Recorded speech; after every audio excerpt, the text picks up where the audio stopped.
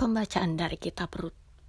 Naomi itu mempunyai seorang sanak dari pihak suaminya, seorang yang kaya raya dari kaum Elimelek, namanya Boas.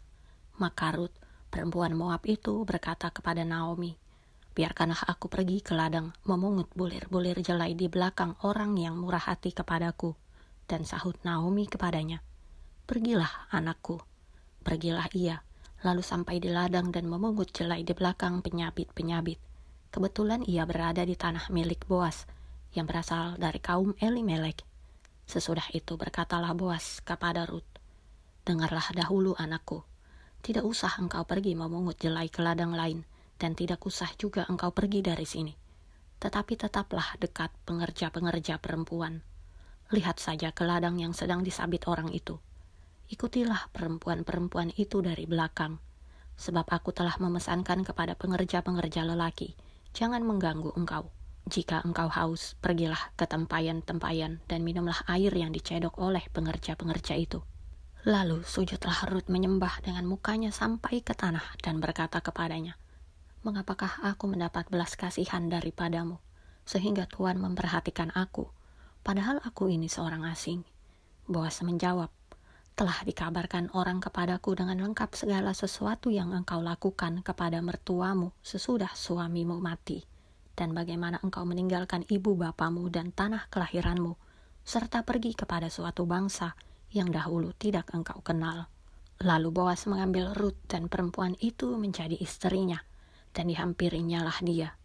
Maka atas karunia Tuhan, perempuan itu mengandung, lalu melahirkan seorang anak laki-laki.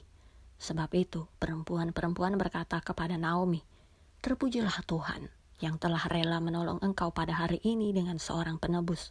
Termasyurlah kiranya nama anak itu di Israel. Dan dialah yang akan menyegarkan jiwamu dan memelihara engkau pada waktu rambutmu telah putih. Sebab menantumu yang mengasihi engkau telah melahirkannya, perempuan yang lebih berharga bagimu dari 7 anak laki-laki." Dan Naomi mengambil anak itu serta meletakkannya pada pangkuannya, dan dialah yang mengasuhnya. Dan tetangga-tetangga perempuan memberi nama kepada anak itu, katanya, "Pada Naomi telah lahir seorang anak laki-laki." Lalu mereka menyebutkan namanya Obed. Dialah ayah Isai, ayah Daud. Demikianlah sabda Tuhan. Bacaan Injil menurut Santo Matius. Maka berkatalah Yesus kepada orang banyak dan kepada murid-muridnya, katanya, "Ahli-ahli Taurat dan orang-orang Farisi telah menduduki kursi Musa. Sebab itu turutilah dan lakukanlah segala sesuatu yang mereka ajarkan kepadamu. Tetapi janganlah kamu turuti perbuatan-perbuatan mereka, karena mereka mengajarkannya, tetapi tidak melakukannya. Mereka mengikat beban-beban berat, lalu meletakkannya di atas bahu orang, tetapi mereka sendiri tidak mau menyentuhnya. Semua pekerjaan yang mereka lakukan hanya dimaksud supaya dilihat orang. Mereka memakai tali sembahyang yang lebar dan jubah yang panjang. Mereka suka duduk di tempat terhormat dalam perjamuan dan di tempat terdepan di rumah ibadat. Mereka suka menerima penghormatan di pasar dan suka dipanggil rabi.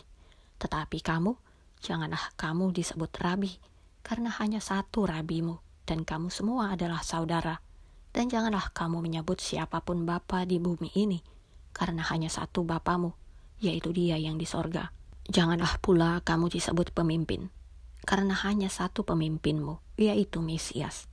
Barang siapa terbesar di antara kamu, hendaklah ia menjadi pelayanmu. Dan barang siapa meninggikan diri, ia akan direndahkan. Dan barang siapa merendahkan diri, ia akan ditinggikan." Demikianlah Injil Tuhan.